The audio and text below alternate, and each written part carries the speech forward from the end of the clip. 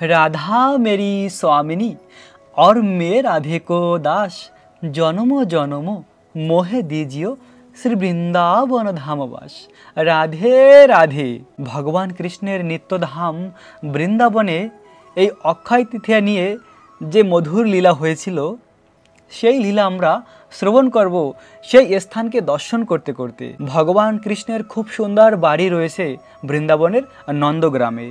নন্দীশ্বর পাহাড়ের উপরে কৃষ্ণের সুন্দর সেই 5000 বছর পুরানো বাড়ি আজও রয়েছে। আর ঠিক কৃষ্ণের বাড়ির সামনেই রয়েছে একটি সরোবর, যে সরোবরকে বলা হয় পাবন সরোবর। এই পাবন সরোবরের এত মহিমা যে পাবন সরোবরের উপর থেকে যে পাখিরা যায়, সেই পাখিরাও মুক্তি লাভ করে ভগবানের নিত্যধাম প্রাপ্ত হয়। এরকম মহিমা পাবন সরোবরে। আর সেই পাবন সরোবরে এই পৃথিবীর সমস্ত তীর্থ বাস করে, কেননা সেই সরোবরটি ভগবানের বাড়ির সামনে। তো এই পাবন সরোবর নিয়ে যে একটি মধুর লীলা হয়েছে, আর অক্ষয় তৃতীয়া নিয়ে যে লীলা হয়েছে, সেই লীলা আমরা শ্রবণ করব। তো একবার নন্দ মহারাজ বলছিল যে আমরা সবাই মিলে প্রয়াগ তীর্থে যাব স্নান করার জন্য। তো ভগবান কৃষ্ণ তার পিতাকে বলতে চেয়েছিল যে তোমাকে প্রয়াগ যাওয়ার কি দরকার, এই বৃন্দাবন তো সমস্ত তীর্থের রাজা। কিন্তু কৃষ্ণ তার পিতাকে প্র্যাকটিক্যাল দেখাতে চেয়েছিল। তাই তো কৃষ্ণ বলেছিল, পিতাজি তুমি একদিন পরে যাও। তো এই কথা ভগবান কৃষ্ণ বলেছিল। এবং তার পরের দিন ছিল অক্ষয় তৃতীয়ার দিন, যেই দিন নন্দ মহারাজ সকলকে নিয়ে প্রয়াগ তীর্থে যাওয়ার জন্য তৈরি হয়েছিল স্নানের জন্য।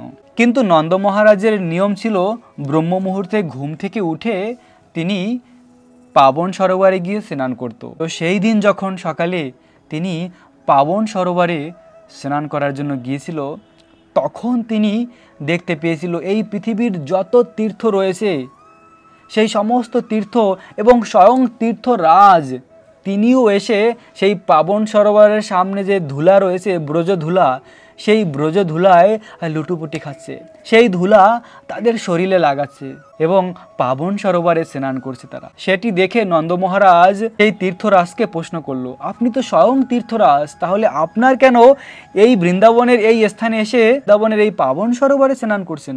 তখন তীর্থরাজ বলল ভগবান কৃষ্ণের পিতা নন্দ মহারাজকে, হে নন্দ মহারাজ, এই সংসারের সমস্ত জীবেরা এসে আমাদের তীর্থে এসে স্নান করে তাদের পাপ আমাদের তীর্থে রেখে যায়। তো তাদের পাপ নিয়ে আমরা অত্যন্ত ভারী হয়ে যাই। তো সেই পাপ থেকে আমরা কি করে মুক্তি লাভ করি? আসলে আমরা বছরে একবার অক্ষয় তৃতীয়ার দিনে সেই পাপ থেকে মুক্তি লাভ হওয়ার জন্য বৃন্দাবনে আসি। বৃন্দাবনে এসে নন্দ ভবনের সামনের ধুলা আমাদের শরীরে লাগাই এবং নন্দ ভবনের সামনে যে পাবন সরোবর রয়েছে, এই পাবন সরোবরে স্নান করে আমরা সমস্ত পাপ থেকে মুক্তি লাভ করি। প্রিয় ভক্ত, গঙ্গা, যমুনা, কাবেরী, এই সংসারে যত তীর্থ রয়েছে, এমনকি তীর্থরাজ, তারাও স্বয়ং ভগবান কৃষ্ণের বাড়ির সামনে এই পাবন সরোবরে স্নান করে মুক্তি লাভ করে।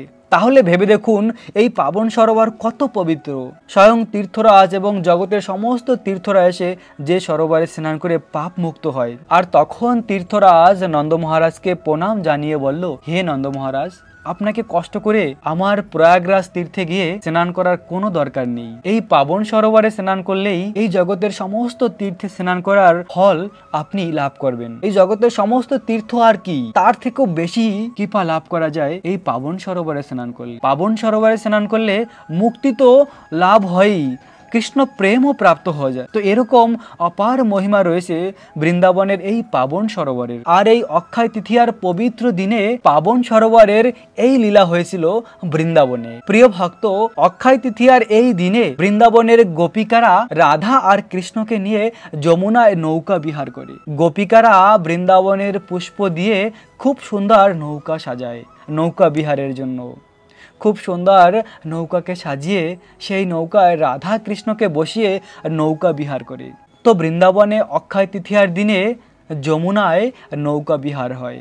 আজও বৃন্দাবনে ভক্তরা এই পবিত্র দিনে নৌকা বিহার করে। বৃন্দাবনে যে বিগ্রহ রয়েছে, সেই বিগ্রহকে যমুনায় নিয়ে আসা হয় আর খুব সুন্দর আনন্দ হয়।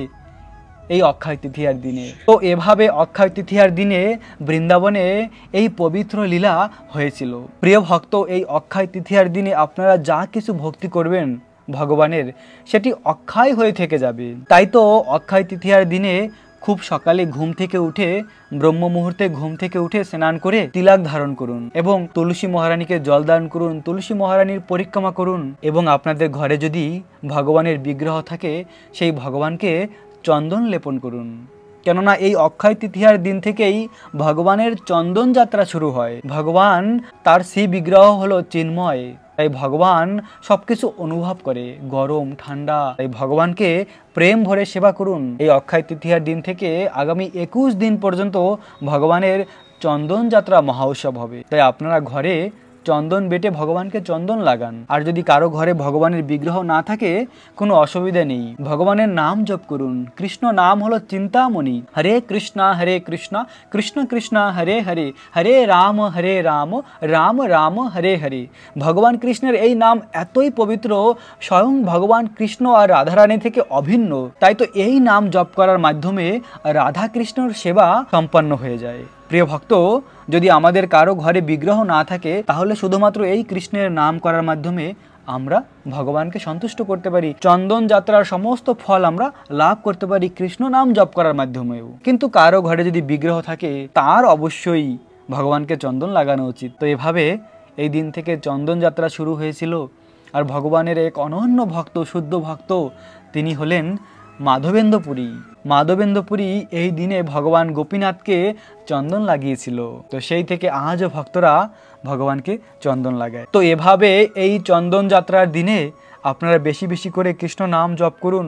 আর এই দিনে 4টা নিয়ম অবশ্যই পালন করবেন। দ্রুতক্রিয়া বর্জন, সমস্ত রকমের দ্রুতক্রিয়া বর্জন, আমিষাহার বর্জন, নেশাদ্রব্য বর্জন এবং মৈথুন বর্জন। এই 4টা নিয়ম পালন করে অক্ষয় তৃতীয়ার ব্রত পালন করুন কৃষ্ণ নাম জপ করে। তাহলে যা কিছু ভক্তি করবেন সেটা অক্ষয় হয়ে যাবে। এবং অবশ্যই অক্ষয় তৃতীয়ার দিনে কোনো রকমের পাপ, মিথ্যা কথা বলা যাবে না। কেননা আমরা যা কিছু ভক্তি করব সেটি অক্ষয় হয়ে যাবে। তেমনি যদি কোনো অপরাধ করি, তাহলে সেটিও অক্ষয় হয়ে যাবে। তাই তো প্রিয় ভক্ত, এই অক্ষয় তৃতীয়ার দিনে কোনো অপরাধ করা যাবে না। তো বৃন্দাবনে এই পবিত্র দিনে এরকম মধুর লীলা হয়েছিল অক্ষয় তৃতীয়ার দিনে। তো এই দিনে বেশি বেশি করে বৃন্দাবন ধামকে দর্শন করুন।